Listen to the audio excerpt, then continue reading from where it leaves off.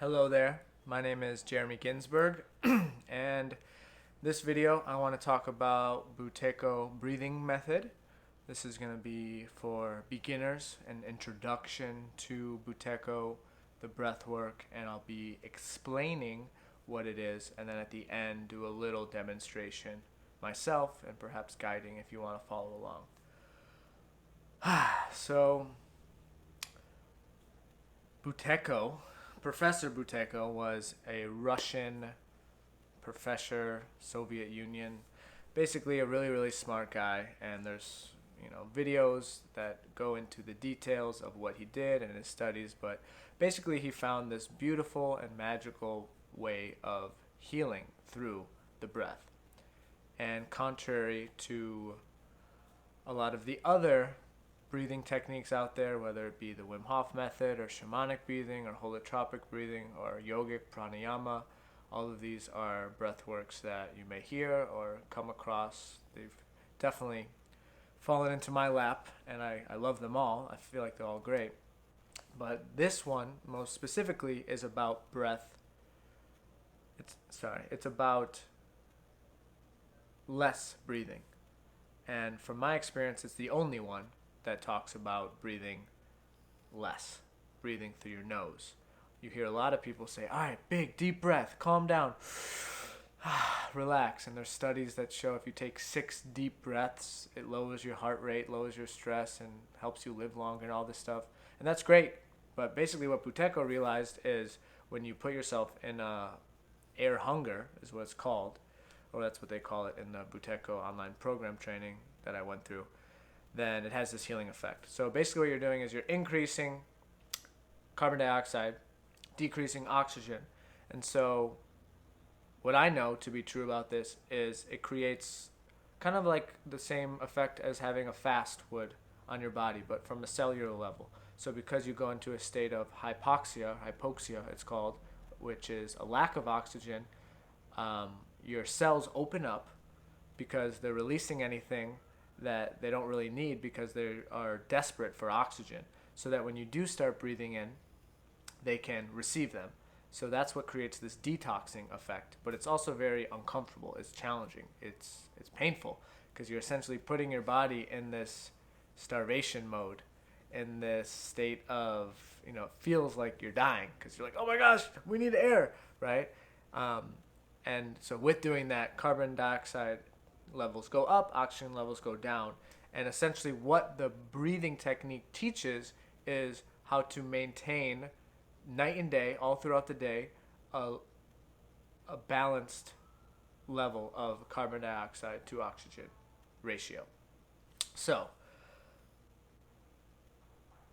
some other things that I didn't learn from the Buteyko online program and being coached by their coaches is a more kind of elemental perspective or spiritual perspective of Buteyko is a very grounding breathwork practice where I've gone super deep into Wim Hof breathing, holotropic breathing, shamanic breathing. Those stuff, it's sometimes psychedelic. You go into a trance and it's very much you're like out here. You're going into the deeper parts of your brain. Buteyko is like whoosh, takes you right here, brings you into this moment, into your body. It's very grounding. It's not go up here, out there. It's like boom. Come in, come, yeah, it's very much like, I don't even know the adjective to describe that. Reclusive? No. Restorative. It like brings you in. So, yeah. So I guess I'll explain also now like what to do or what Buteyko teaches, because in my journey I've learned a lot. Basically, I followed the Buteyko program to a T for about 10 months. The last 2 months I was like, okay, I'm not sure. Is this really helping? Is this going to be the best tool for me? But basically what the Buteyko program teaches is an entire lifestyle dedicated to lowering your oxygen levels. So they don't allow any mouth breathing. They suggest you sleep upright. They suggest you tape your mouth when you're sleeping. No heavy exercise, no like sprinting or anything that involves you breathing with your mouth. So it's a complete lifestyle change. And what I've been realizing more recently is that going into the state of hypoxia is what has the healing effect. And for me, it's not about just never breathing through my mouth and only doing the nasal breathing, which I'll explain shortly. So that's been a big insight for me to realize, because I followed all the instructions. They even have a diet that they want you to follow based on what foods require more oxygen for your body to digest. And so there's this food list that I completely followed, and I feel like those are the main ones. They're also very careful about other substances and medication and herbs and plant medicines or pain relief, whatever you're taking. It all affects your body on a cellular level, and some of them require more oxygen, which they would say stay away from, because if it takes more oxygen, then you'll be over breathing and you won't be able to stick with the practice and maintain those low levels of oxygen.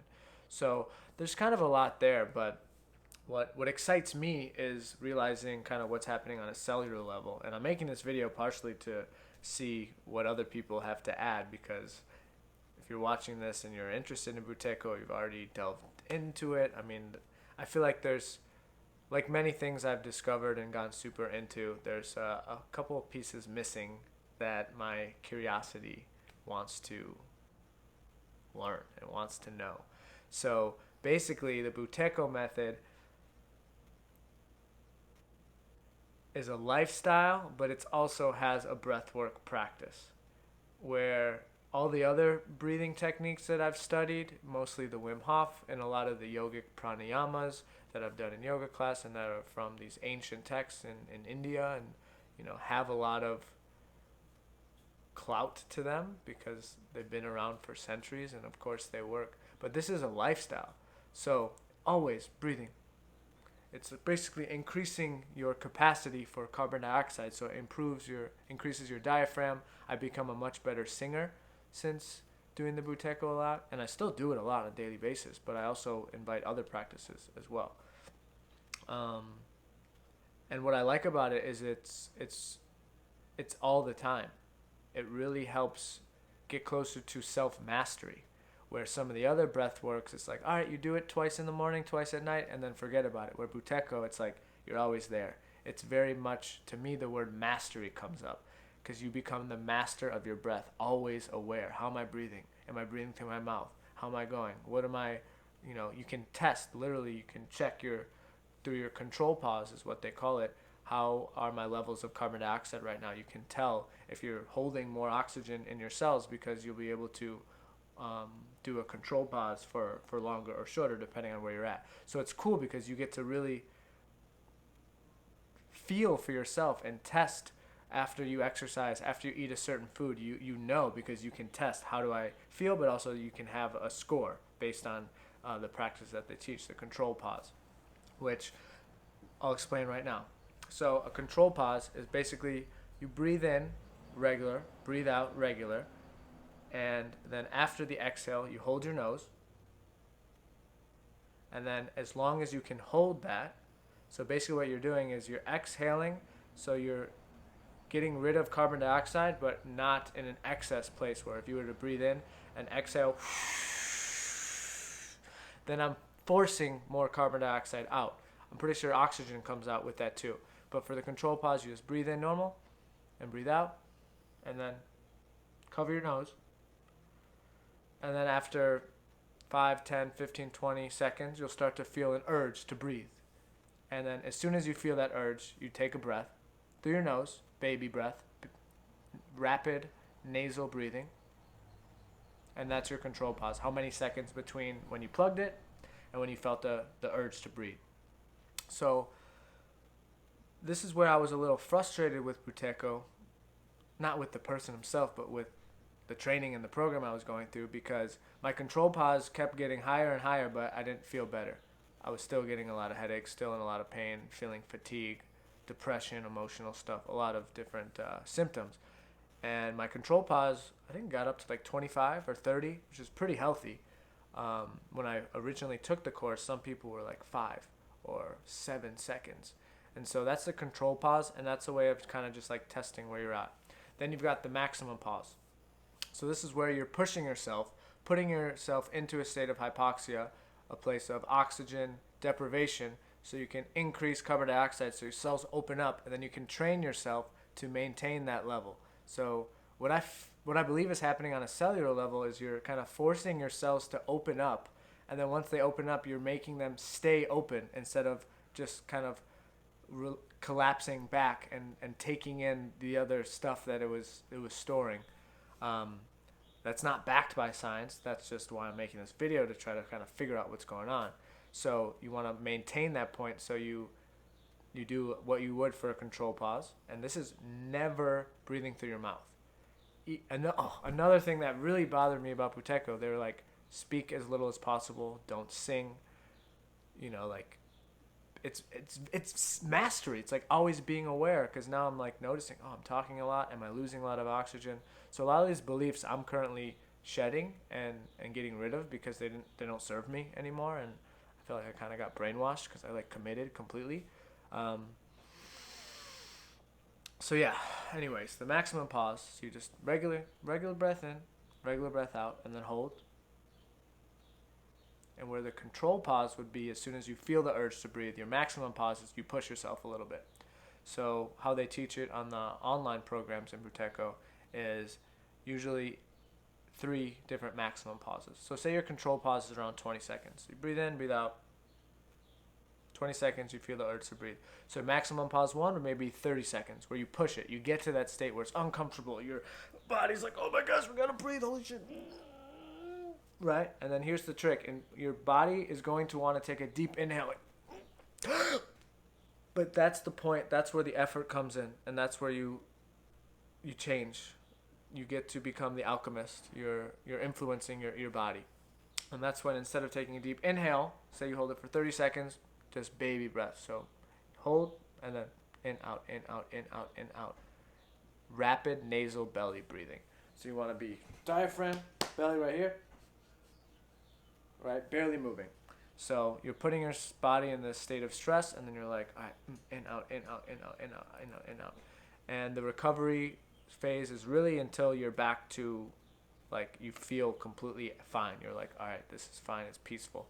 To me, at the beginning, it was about 2 or 3 minutes, but now when I do it, it's faster, because you gain strength, you increase your capacity for carbon dioxide in your diaphragm, and a lot of other things that maybe more scientific-based people can tell me. So maximum pause 1, say it's 30 seconds. The next one, maximum pause 2, push it a little bit more. Say 35, 40, 45. And the trick here is you can distract yourself. So say you breathe in, you breathe out, and you're holding, and then all right, you got to breathe. So next you start to roll your neck, and you notice that your neck cracks, and that releases extra carbon dioxide. So you get full. You can crack your back like this, do some stretches, and you'll notice that it kind of distracts yourself, like, oh my god, I need air, oh my god, I need air. So you can go longer. So the second one, maximum pause 2, say it's about 45 seconds, assuming control pause 20, maximum pause 1, 30, maximum 2, 45, maximum pause 3, this is where you just push it to the limit and you really, really go. So maybe 60 seconds, and here's where you can get, crazy, dance, shake, whatever, crack, do whatever you got to do. Just it's really about distracting yourself. But the key is, after that, it's like you go out, distract, and then as soon as you feel the urge to breathe, don't take a deep breath in. You keep it as small as possible. So it's like, okay, 59, 60. Up, down, up, down, up, down, up, down, up, down, up, down, up, down. Small. And then relax. Sometimes I'll tense up my shoulders. You want to relax your body. It's like a meditation. Up, down, up, down, up, down, up, down. Belly breath. So you're breathing through your belly, not your chest. Diaphragmatic breathing. In, out, in, out. And for the maximum pauses, the recovery time may take a bit longer. So the protocol I was on, at one point I was doing 4 times a day. It was morning, basically before every meal, and then also before bed. So I was doing 3 maximum pauses every day, starting with a control pause. At a certain point, I stopped doing the control pause because I was more interested in feeling the relief and feeling better. I wasn't interested in measuring it, but it can be very helpful to test the control pause before and then doing 3 maximum pauses and and then testing it after. Um, and yeah, just one thing I love about it is it's something you can do wherever you are. It's very practical, especially if you live in a city with a lot of people, or you're not used to kind of like doing these alternative methods in public. Um, if I'm doing a yoga pranayama at the cafe and I'm just like, it looks kind of weird. But Buteyko, I kind of go like this, just like put my head down, listen to some music, and then it's nice. It helps if you want to blend in. Wim Hof breathing, I do a lot of that. You're doing. It looks like you're going crazy. And I was actually on a plane once, and I was doing the Wim Hof breath work, and the flight attendant woke me up, and he's like, "Are you all right, sir?" And it was funny because I felt so amazing, but looking looking in, it looked like I was like having a panic attack or something. So it's very grounded. It's very practical. You can do it anywhere. It's difficult if you have to talk a lot, but if you do need to talk, what they teach is speaking slowly, speaking less, taking a little inhale, and then speaking on the exhale. Just like I'm doing now. So as you see, it's difficult. It takes retraining my brain, my mind, my body, my patterns, my habits. It's a journey, that's for sure. But it invites a lot of presence, a lot of mindfulness, and silence. I feel like a lot of people could use more silence. So I see Buteyko, and here you go, I'm falling out of it again. I see it as this, it's a very Eastern way of living. Very simple, grounded, steady, just same thing, stay steady. Never breathe out of your mouth, never take a deep breath in, just, it's like walk the path, boom, boom, steady, rhythm, like a drummer, boom, boom, boom, boom, boom. For some reason, I think of this like Asian guru, meditation teacher, Japanese or someone who's just like got a long goatee and it's just like, very balanced, always centered, always grounded, very here and now, very much like that. Where some of the other practices, they can take you out in the other places and creativity and all this stuff that's more kind of out there, where Buteyko takes you here. So lastly, I'll finish this just by doing a quick guided for anybody who's interested in trying it, and I'm going to make more videos that are more just less informative and more experiential, where you can just watch it and follow along. But basically, you just want to relax your body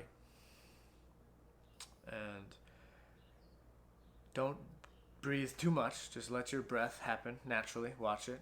And then on your next exhale, hold. So you hold your nose. If you want to hold your mouth. The point is just make sure you're not breathing in any air or letting any air out. So just leave it as is. So now it's been 10 seconds. Keep holding.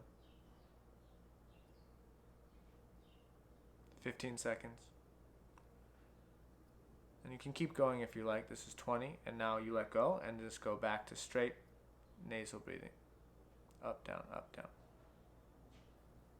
So that's testing your control pause. And really what it is just realizing like how long can I go without oxygen. And if you feel it takes a long time to recover, then it means your control pause, you went for too long. It's more of a maximum pause. So the maximum pause comes with some, effort. You're like, come back. The control pause should just be like steady, natural, and then back to regular. It shouldn't really take you into those states of tension or stress. So now we'll do a maximum pause here.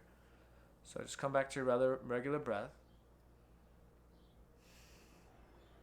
And I'm just watching the clock. So take like three more breaths, just prepare. And we'll just do a maximum pause. See as long as you can go. Just relaxing. The more relaxed you are, the better. Relax your shoulders, seated position. All right, so on the next exhale, just hold your nose.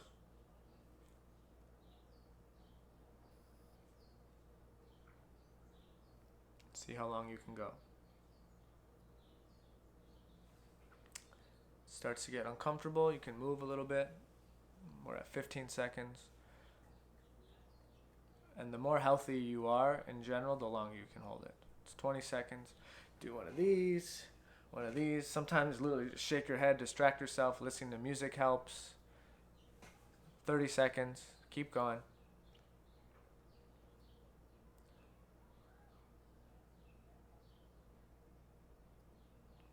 40 seconds. All right, do 10 more seconds. If you want to get up, walk around, do some jumping jacks, it's really about distracting yourself, getting the carbon dioxide released all around your body. And when you need to breathe, short breaths. Here we go. Up, down, up, down, up, down. Your body wants to take in a deep breath. Don't let it. Here's where you get to reprogram your physical body and how it works. Up, down, up, down, up, down, recovery. It's going to feel uncomfortable at first, but trust me, once you stick with this, it's powerful, it feels amazing, and your body's going to thank you. You're becoming the master of your body. Up, down, up, down, up, down, up, down, up, down. In, out, in, out, in, out, in, out. As fast as you can, but you don't want to go, no, you want it to be gentle, like a baby. In, out, in, out. So it's been 1 minute of the recovery. So just for the sake of this video, we'll go for another minute. In, out, in, out, in, out, in, out. Relax your entire body. If you want to close your eyes, you can. It's really about finding the calm in the eye of the storm. Finding the place within you that's like, I've got this. We're in control. So just stay in control. If you need to breathe and take a one breath in, that's fine. Let it slip. Don't push yourself or be too hard on yourself, but just come back to the in, out, in, out, in, out, in, out, in, out as fast as you can. Keep going. 15 more seconds. In, out, in, out. And you can feel your diaphragm if that helps. Feel your belly. Just go in, out, in, out, in, out. You don't want to go up to your chest. Take these deep breaths. And 3, 2, 1. And now just go to a normal breath. So if after the 2 minutes of recovery you felt like you needed that deep breath in, then it's a good sign. It means you pushed yourself, but it's a sign that the recovery wasn't long enough for you to come back to homeostasis, to equilibrium, to that point.